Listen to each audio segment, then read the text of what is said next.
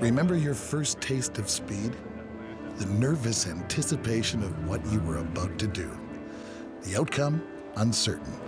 The feeling in your belly you could never really explain. The moment you totally focus and all other thoughts and feelings fade into the background. The beating of your own heart is all you hear, all you feel. It's not fear, it's not excitement. You're not sure exactly what it is, but you're relieved when it's over, and then you want to do it again. You know you can go faster. We've all had the secret dream of someday standing on the top step of the podium spraying champagne. The level at which we compete is different. The feeling is exactly the same. For a very few, the burning desire for the top step of the podium was all-consuming. A mission at all costs. For the rest of us, reality sets in. The responsibility of real life. We've all lived vicariously through our heroes on Sunday. Before carbon fiber, titanium, wind tunnels, and downforce. When everybody had a shot at the win. And big budgets were more about the time invested rather than how much money you spent. If you could go back to corner 2 and up through the S's, stand on it all the way to the end of the straightaway, whether you're watching the cars get light over the hump or you have the feeling of that unwilling pucker yourself, time can be turned back at great tracks all around the world with vintage racing. There's room for everybody, for spectators to posers, mid-pack buddies to the retired professional. Well, I'm here because, these cars were had such an influence on my life. This car here, my father raced one similar to this. I had it painted exactly like his. And in fact, we raced here in 69, 70, and 71 with this car. And as I say, as a teenager, it had tremendous influence on me, and I just loved them. And so I have the chance to kind of relive the past a little bit and to enjoy a moment in time again.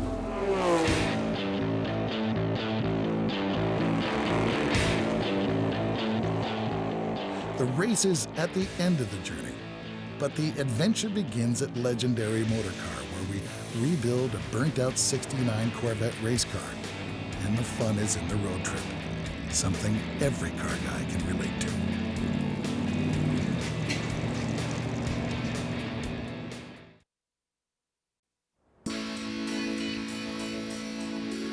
Once cars are in your blood, you never get them out. And the same holds true for racing. The adrenaline rush will bring you back sooner or later. We just finished building our new hot rod / race car shop. And after building a few cars for customers and taking them to the track, the itch to go racing was back and it needed scratched. And so the journey began. Oh, God. Oh, What? jeez. What? I hope you brought your health insurance card. Oh, It was a late night last night. jeez. And speaking of crap, why did you start with such a burned-out wreck? Well, we built the new shop, and I wanted to show guys that we could build a car from scratch. And I mean, that's from scratch, isn't it? Well, what's the real reason? Peter Poole told me he had a budget to build a race car. And this is what I found for you, Pete. Come and take a look.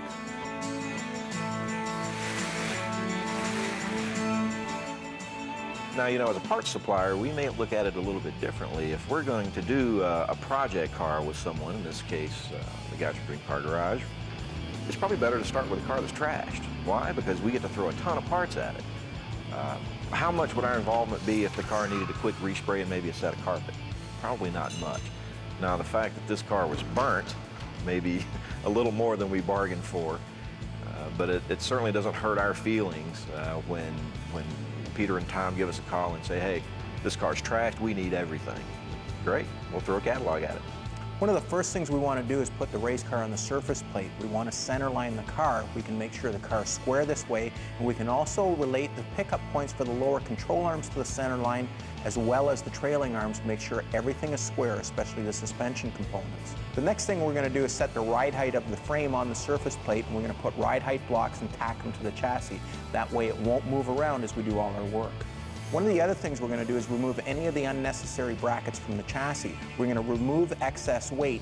Now eventually we still have to bring the car up to the legal race weight, but what this allows us to do is we remove as much as possible, make the car as light as possible, and then put the weight where we want it.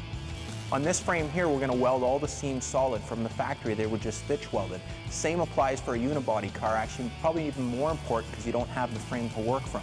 You want to solid weld every seam on a unibody car as well as a full frame car.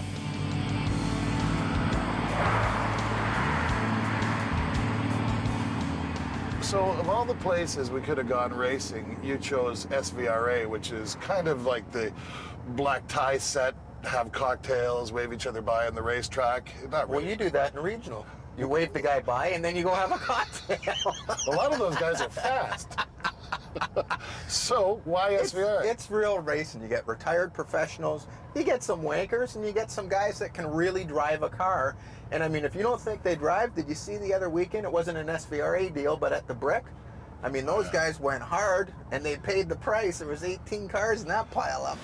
Well, you know, insurance might not be a bad idea for you because you have shown a propensity to crash from time to time. Nice, easy. The insurance premiums that are being charged for the vehicles today from a specialty insurer, such as Lant Insurance Brokers, under our Silver Wheel plan, are almost identical to what they were originally. The race car that you see behind us today, there is certainly an insurance marketplace that's available for insuring race cars. So again, you need to contact a specialty insurer, a specialty insurance broker who will look after your race car needs.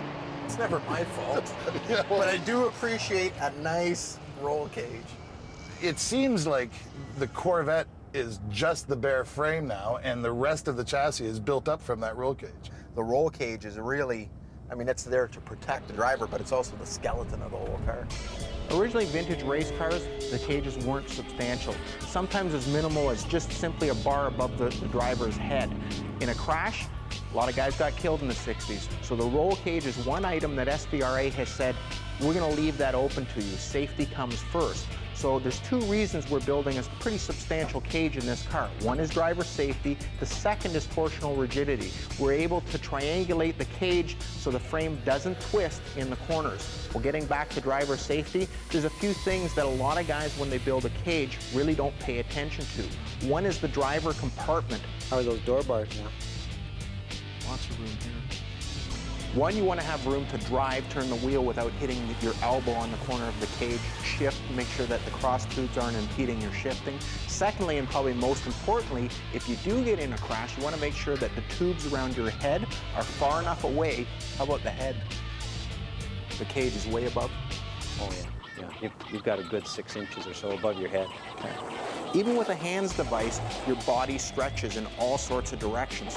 You know, your neck can stretch up to 6 inches. If you have a tube sitting right in front of your forehead, there's a good chance you're going to bounce off of that. But when it comes to roll cage material, we can use mild steel or 4130, which is chrome moly. The advantage to chrome moly, it withstands deflection better, making it stronger, which means we can use a thinner tube to get the same sort of strength or rigidity.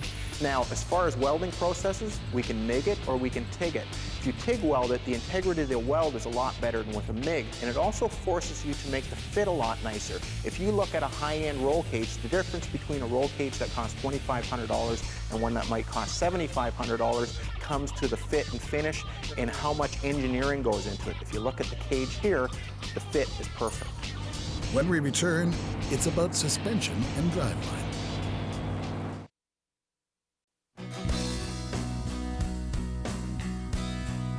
This portion of the program is brought to you by Year One. Year One, your restoration and performance headquarters. Whoa. Whoa. Whoa. This Nice. does Doing the not, Watusi for you. it does not handle it. You get 56 miles an hour and not one more. I told Sorry you about we that. needed to get the car back further. Speaking of handling, I had a 69 Corvette for 2 months, bought it and sold it right away. It had to be the most evil handling car I've ever driven. Why would you have picked a 69 if you're going to go road racing? Big horsepower, and I think we can get around some of the handling. I mean, Ken's a genius in the front of that thing. He's got it dialed in. The back, that's another story. One of the problems with the Corvette suspension in the back is as the car comes into a hard corner that you have to brake aggressively with, the whole body wants to roll down on the nose, the back end wants to go up. So what happens is the rear suspension goes into droop, and because of the geometry of how the trailing arm is, where it's attached, what happens is the car starts to toe out. So when you're braking hard, the car actually wants to dart around in the back end because both wheels are actually towed out. Right now it's just at ride height, right? Yeah. Go ahead, Pete, run it up. Okay, there's 1 inch of travel there, 25 thousandths. Keep going. 1/4 inch toe out. See, it starts to get really bad in the 2nd inch of travel. At 2 inches of bump travel, you got just a little over 100 thou. This is where it really starts to change now. There, you're 2.5 inches there. So the only way you can compensate for that without trying to get into all kinds of extensive changes on the suspension, which you aren't really allowed to do, is to maybe run more static toe in to try and compensate for this. How bad will it be in droop? It's likely worse. Okay, let's run it through and see. You got 170 thou at 2 inches of droop, so it's got quite radical toe change. Now there's a bunch of ways we can help this. One is through shocks, one is through springs. The Corvette has an inherent problem with its rear suspension because it has a transverse spring. That is a spring that goes side to side. As the car goes up and down and the spring flexes, it does funny things to how the angle of the tire is. We use a heavier spring on the rear of the Corvette to help limit the amount of deflection on the spring.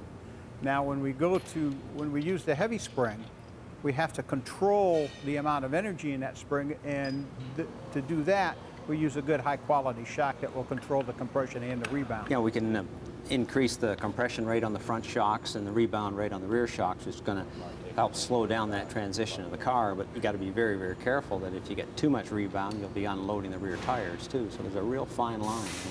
We can use the shocks to try and crutch the system, but we still got a problem here. And like I was saying, we can use that more initial toe to start with to try and work around this problem. And there's nothing else we can do to fix it. We could put a live axle in the car. Put a 9 inch and it'll work better? Yeah. What about sway bar? Is that going to help anything? Anything like that's going to help. Anything that can control suspension travel. If we can keep the car flatter, it's going to help the wheel travel, which helps control the toe change. Oh, man. You're getting smoked by the transport. Pulling out to pass. That guy's got a full load on. I have a deep debt to pay to you. It's over now, it's over. This motor is probably due for a rebuild. And speaking of motors, you had the motor in that thing in and out like 20 times. Yeah, all we're doing there is dummying the block. We're fitting headers, the dry sump. The reason we actually throw the dummy block in here is so we can fit all the accessories, like the pump. And even though we buy all the pieces from the same manufacturer, Peterson in this case, to make the tank and everything, there's still a fair bit of mocking up. And it's a lot easier to do it now than it is to do it afterwards. Once we have accessories like the pump in place, the oil pan, we have to do several modifications. Not because it doesn't fit, but because we made a custom center link, so we had to make room for it as far as the oil pan went, so we had to chop out a little section where we were picking up the tie rod. And then the last thing we want to do is put the heads on in the intake, look for clearances, look for any problems there. And because of this, we've lowered this car so much, we're actually building our own headers. They're going to have to come through the side here, so we're starting from scratch. We'll put the flange onto the head, then we'll put the side pipe where we want, we'll make all the tubes in between. So it's just trial and error, but that's why the motor is in and out so many times. That way when we're finally ready to put it in for keeps, the real motor, everything fits, everything's going to work, we're not going to have any surprises. When we come back, Mike Curley takes us through the big block motor.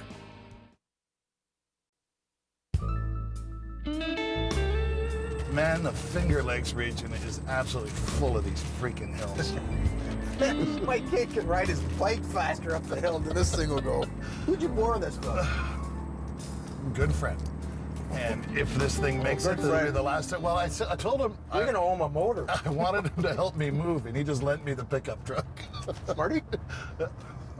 Smarties. So let's talk about motors. big block Chevrolet, that's the whole reason behind the L88 then, right? Yeah, we make big power on the thing. Mike's building the motor, and I mean, it's gonna be nasty. Road racing is one of the most demanding forms of motorsports. It requires the absolute best in parts that we can get so that the engine will live through the season. With this particular engine, one of the contributors was Calais crankshaft. They give us a gun-drilled crank that's very light, some H-beam forged 4340 rods, and they neutral balance and internal balance it so that the engine will run smooth at a very high RPM. As well, we had diamond pistons, designed the pistons for us. For Drivetrain, we worked with Comp Cams down in Memphis, and they supplied us a solid roller camshaft, up over 700 lift, to pick the camshaft for this particular combination. How it works is we take our airflow research head, we mount it on our flow bench with the intake manifold on. That gives us real numbers, what the intake port can actually flow. Once we have those numbers, we talk to the engineers down at Comp Cams, and they custom designed this roller cam for this application. We're also using Comp Cams springs, retainers, titanium retainers, locks, and a stud girdle to keep it all together. Up top, we have to use for this particular class of dual plane intake manifold, which actually steps the numbers down quite a bit. And then we also have on top, we have an AED custom carburetor. Now, you don't just throw something like this together. To get it together, you have to do what we call a pre-assembly, which means we're going to dummy assemble. We're going to put the block, the crank, a piston and rod assembly. We're going to wind it to top dead center. We're going to measure how far it is down on the bore, and if necessary, deck the block. As well, you're going to check your piston and valve to make sure the valves aren't going to crash into the piston.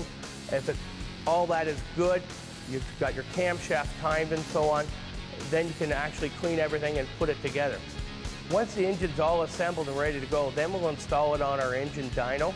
The reason why you use the engine dyno is, A, you want to make sure that the engine's not going to break once it's in the car, and as well, once you're assured that everything's working properly, the next thing you're going to do is tune it on the dyno.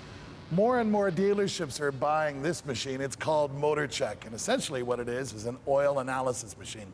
You see, the science behind the thing involves analysis of metals, and what this thing is actually burn a bit of oil and then analyze what comes out of it. You simply put an oil sample into the thing. Now, what we've done is we've drawn some oil out of Peter's race engine. We've also drawn some oil out of the truck motor that we're driving down to Watkins Glen. And the whole idea is that if it finds a material from an air filter, it knows it's got a bad air filter. If it finds material that might be associated with a bearing, then it knows to check for the bearings. So a used car outfit would analyze the oil of a car coming in to try to judge the condition of the motor. You know what? Okay. You better check the tranny, because I think it stinks. Get some fruit and some plums and some bran if you can. And some what? Some bran. You need bran. As much of it as you can eat. Okay. I'll tell you, whatever this thing smells like doesn't smell nearly as bad as he does. Sure, like it's the truck that smells. Maybe it is the transmission. Like he eats fruits and vegetables.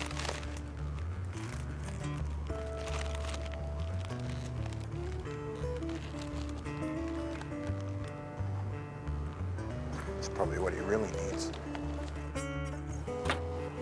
Figure out what stank? Yeah, you know, I thought it was you. I know it was you. Turns out the transmission smells like eggs. Maybe the guy put some eggs in there to stop a leak. Is this lump gonna make it there? Listen, don't you worry about the transmission. Worry about the transmission in the race car. Don't worry about the training in the race car. It's the toughest one on the market. Well, depending where you're going to race, the rules will be different. SVRA has very distinct rules on transmissions. Obviously, the way we go through M22s, there's not enough left in the world for us guys to compete. So they said, okay, you can go with a T10. Well, the standard T10, good transmission, but not as good as a straight cut gear transmission. So for a 150-pound weight penalty, we're allowed to run a T101, great transmission. Now, Texas just come out with this SR1, which again is a great transmission, straight cut gears. The only difference is the shifter, instead of being on the side, is actually on top, which allows us to get the driver's seat closer to the center of the car, which makes it that much safer again. Now, as far as clutch, let's face it, the motors today are making 650 horsepower. A standard clutch just isn't going to cut it. So what we're running now is triple disc clutches, and you can see by the size of them, they're tiny clutches compared to what you're used to, but they're a single or they're a double or triple disc clutch. What happens is all this weight is much less than a standard flywheel and clutch assembly, so the motor will spin up that much faster, and it'll spin that much faster down when you're hitting the brakes and going into the corner. When we return, it's about brakes, body, and details.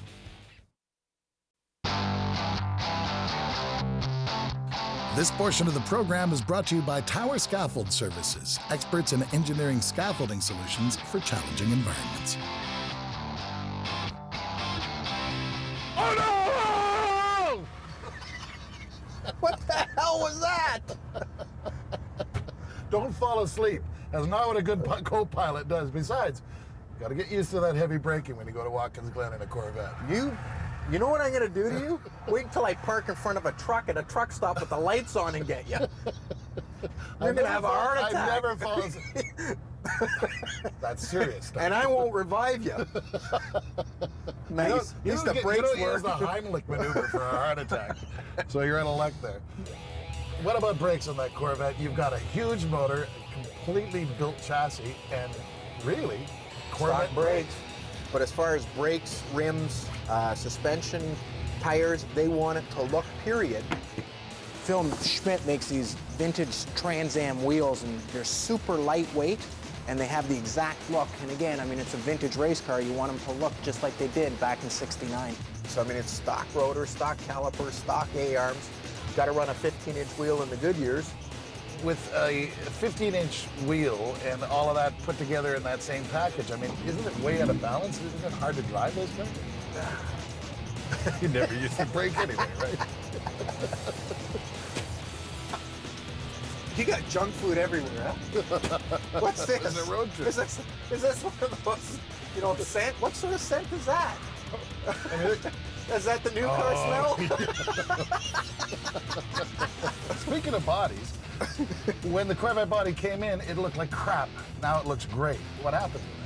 Well, again, we want it to look period correct. So we got those F-Greg headlights, the Le Mans style lights. Yeah. This guy makes them. They're killer. They look exactly like the original. Got the L88 flares on it, L88 hood. We got a brand new body from the thing. You can buy it all that way. If you know you ever drive it and crash it, then I can fix it.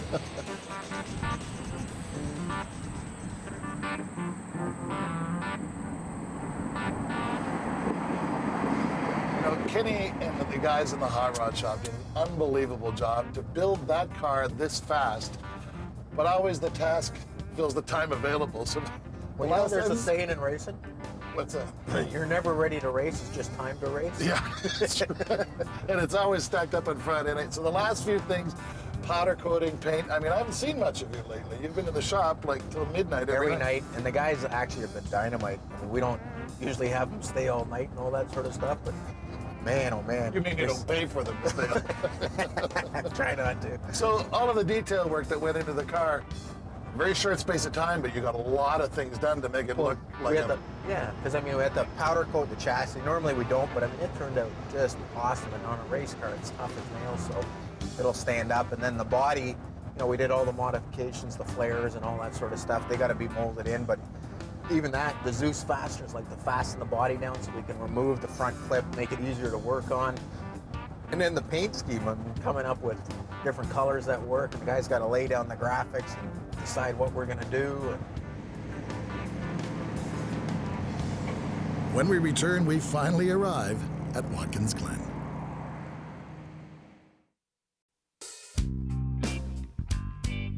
This portion of the program is brought to you by Lance Insurance Brokers, home of the Silver Wheel Plan, the Custom Wheel Plan, and insurance program for antique, classic, and special interest automobiles. We finally arrived to Watkins Glen, only about 3 hours behind schedule.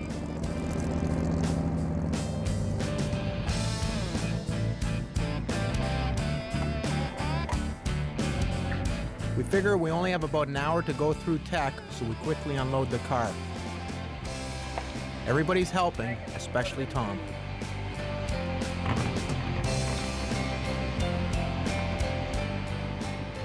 Good job, guys. Fire it up, take it up to tech. Vintage racing is characterized by huge diversity. And for this SVRA contest, there are over 500 cars to be inspected. So needless to say, tech is going to be very busy.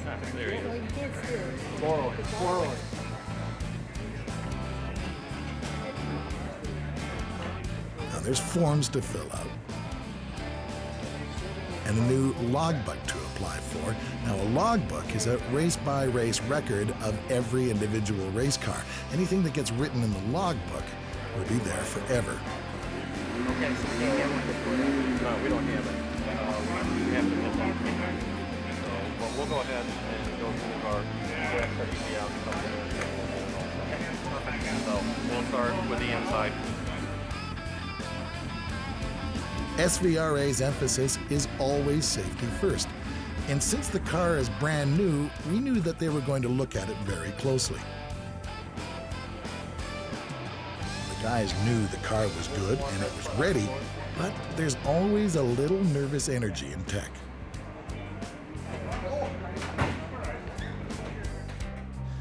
Towards the end of the inspection, the chief of tech drops by. And after all, he's the chief of tech. He's duty-bound to find something. Let's take a look. There's a whole weekend ago, there's more of the story than What do you call that little spoiler there? That's something you made your shop or? Buy them. Did you buy them? Is that Heckler or one of them? So how much do you want him to stretch the exhaust on this to get Well, behind the driver? actually, those are look rather short, aren't they? Not much we can do this weekend. Peter, you know about that? You know, the exit behind the door. Is that something you made, or is that a special tuning thing? At your trick? You know. It does look cool, but doesn't comply quite with the rules. That's worth 80 horsepower. Yeah, but you know the reason for that, don't you? You know the reason for that rule. The fumes can get up in the car, and especially. And then one of the guys from Knucklehead Racing drops by with the first of a long series of good advice. Yeah, it looks like a Group 10 car to me, Jack. Yeah. That's what I think. Group 10. You know, we're going to give it a logbook, probably. I think Bob will do it tomorrow. I think we're too busy today unless I can pull him away from something. But otherwise, did a remarkable job in this amount of time. Thank you. So, good luck. Are you going to drive, or you got a pro driver coming in? Sadly, I was unavailable.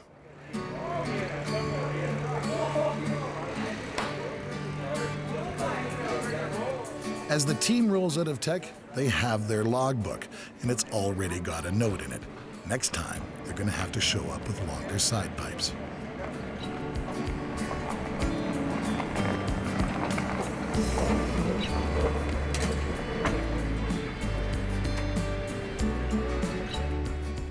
But with this sticker on the windshield, they're eligible for every track session for Group 6.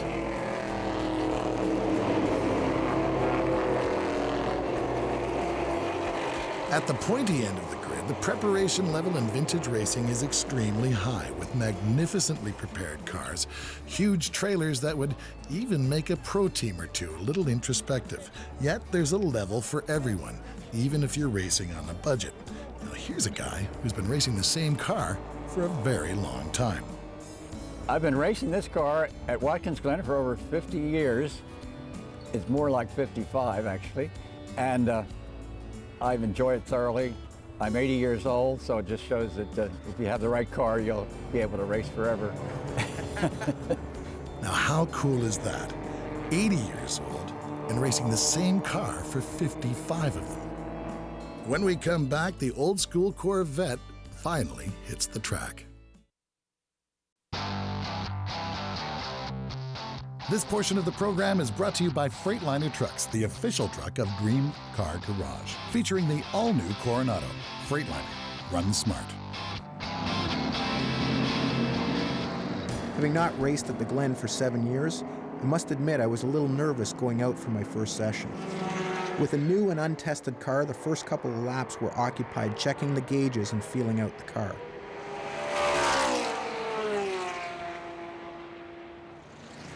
right, so that's a 209.5.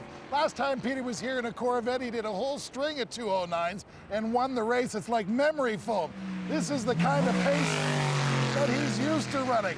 Now the guys from Legendary think there's a 205 in that car. So does Peter, so do I. After the first session, I was starting to get comfortable in the car. Now I was ready to get on it. Tom was also starting to feel comfortable. So when you have an opportunity to socialize and sit around a little bit, talk about these old cars, you're not going to see these anywhere else. We had a talk with our buddy at TrackMate. We could see a few opportunities, such as the toe of the boot, where he was going in a little deep, braking too hard, and then he was having to feather the throttle as he went through the boot, wasn't getting on it for that long uphill straight. Every session out, we can now see he's pulling a second or two out. The next session, we were the fastest car on the track. All right, Friday afternoon, second official time session. We're down to 206s now. It's great to be at a historic track like Watkins Glen during the day, but there's also real fun at nighttime. Thousands of fans, all the racers shut down downtown Watkins Glen for the entire night. Great times until the wee hours of the morning, and I was among the last men standing. Frank, where's your Knucklehead t-shirt? We usually get to the track early, so today we had all morning to prepare for the final qualifying session. Some of these guys I've known for years. Phil and Frank both race big block Corvettes. We figured we could help you. Thanks, guys. Because we love you so much. So if they're not trying to beat me up on the racetrack, they're trying in the pits.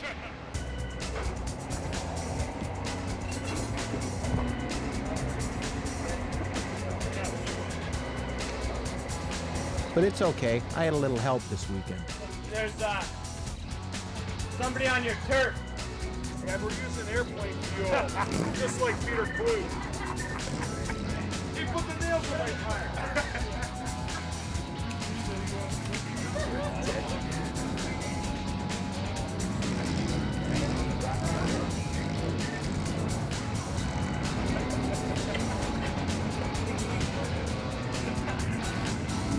Okay, stop filming us.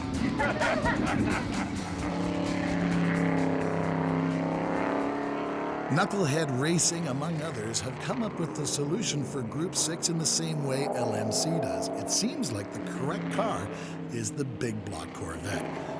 Qualifying bears that out.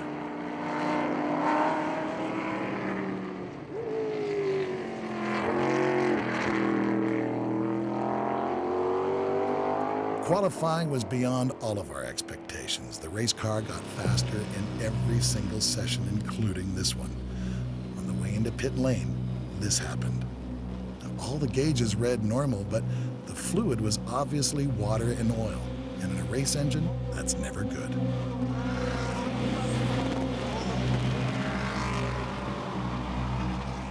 When we come back, our first problem of the weekend becomes a big headache.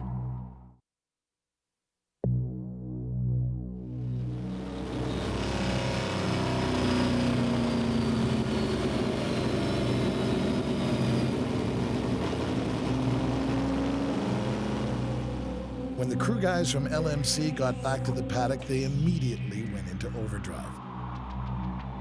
First, they pulled the valve covers, then the spark plugs, and saw no obvious problems. Seems like my buddy Frank from Knucklehead Racing was quite upset that I might not make the qualifying race. Yeah. It was time for deeper diagnostics, and like any good diagnostician, the crew began to rule out problems. The valve train checked out perfectly.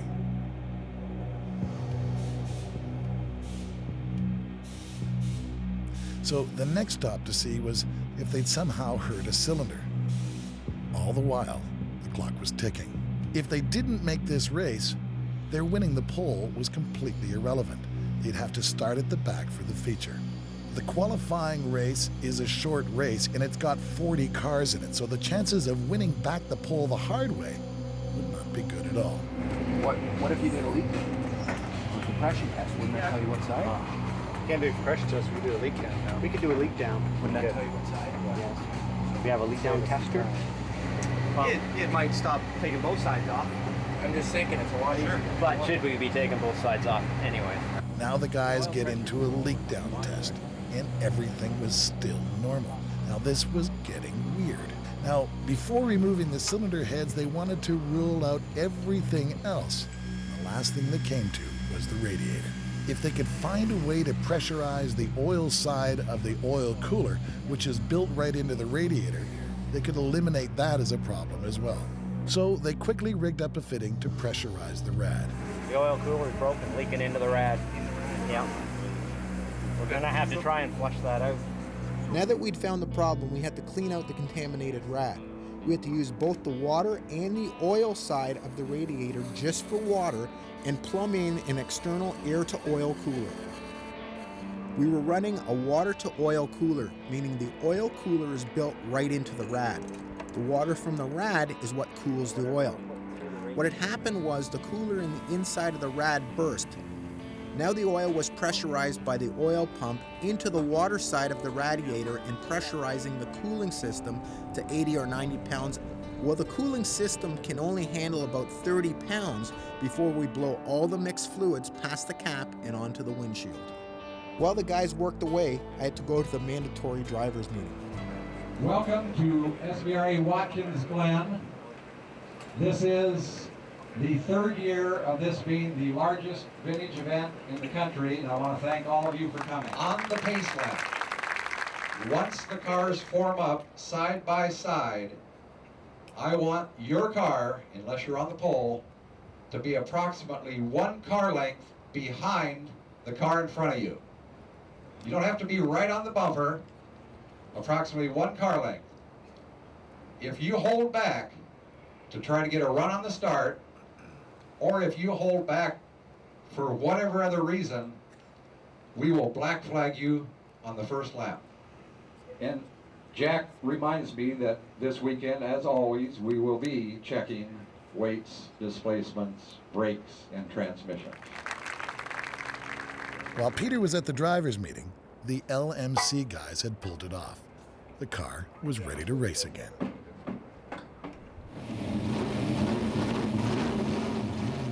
Now, normally a race car driver has time to reflect and prepare before a race. Many drivers take a couple of hours, but in this case, Peter hasn't had 30 seconds. It's straight from the paddock into the car, and it's go time.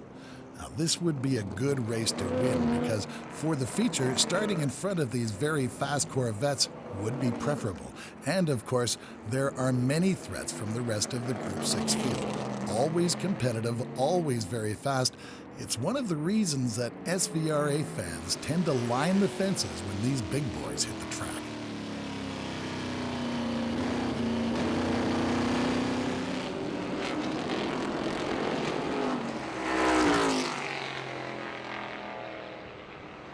Peter's luck had definitely changed. The car worked beautifully in the qualifying race and he was able to win it. Immediately following that, the top 10 cars get hauled into tech. This time they were checking the weight. We hadn't used much fuel, so I knew I would have no problems here at all. 31, 36. We got to be 350. Good. And where you good? We're 100 pounds. Clear, Jay? Hey, get it right.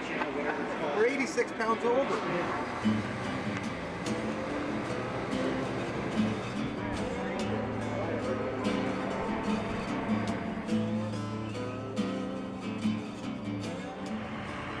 On race day, we always try to get to the track early.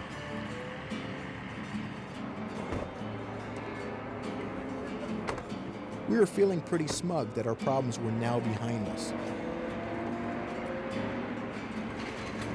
But we still spent the morning doing a nut and bolt, checking for any leaks, going over the car from one end to the other. Everything looked good, so now we could relax and just wait for the race.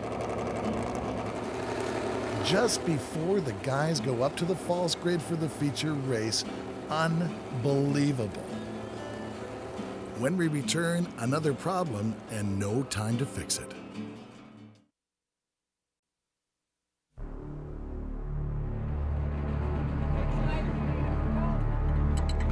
take that cooler right off then so it don't leak?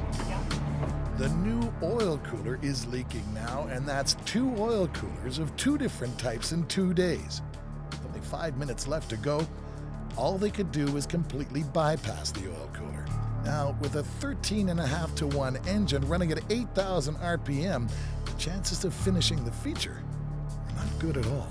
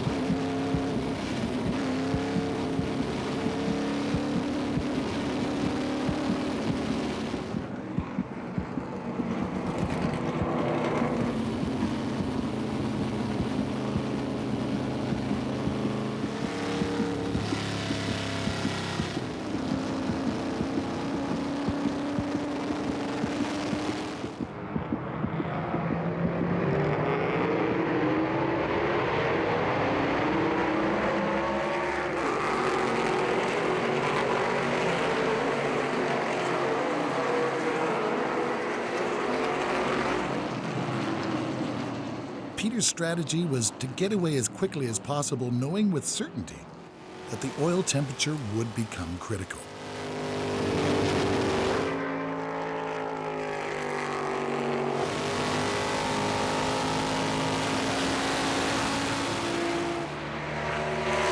After 2 laps, Peter has a comfortable gap and begins to short shift the car to keep the revs down and perhaps keep the oil temperature down as well.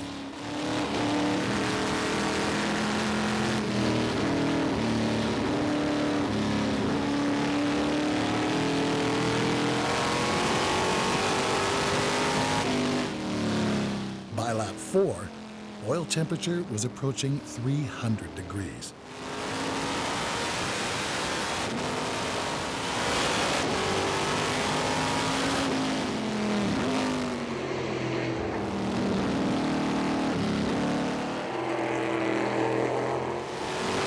With one eye in the rearview mirror and the other on the oil temperature gauge, Peter is in maintenance mode.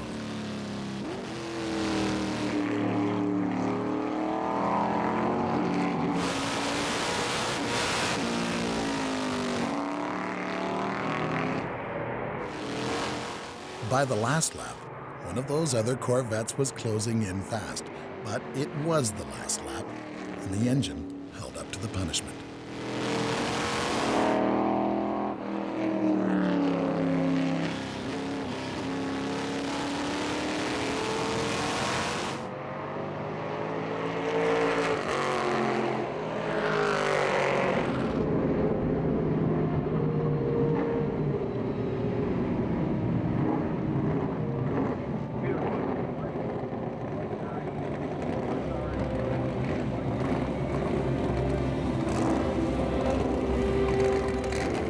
Felt really good to win the race after all the teething problems we had with the oil coolers. All the guys at Legendary Motorcar put a huge effort into building this car. Racing really is a team sport. Without talented fabricators and mechanics like Ken, Al, Mike, and Lou, this car just wouldn't have been anywhere near as fast. As far as I'm concerned, I'm lucky to have the best team, both back at the shop and here at the track. And the guys really proved it this weekend. Thousands of hours, boundless creativity and innovation. And after 7 years away from racing while he built his business, Peter finally has an opportunity to scratch that itch. And you've got to admit, you couldn't have written a better script about a truly great weekend of vintage racing.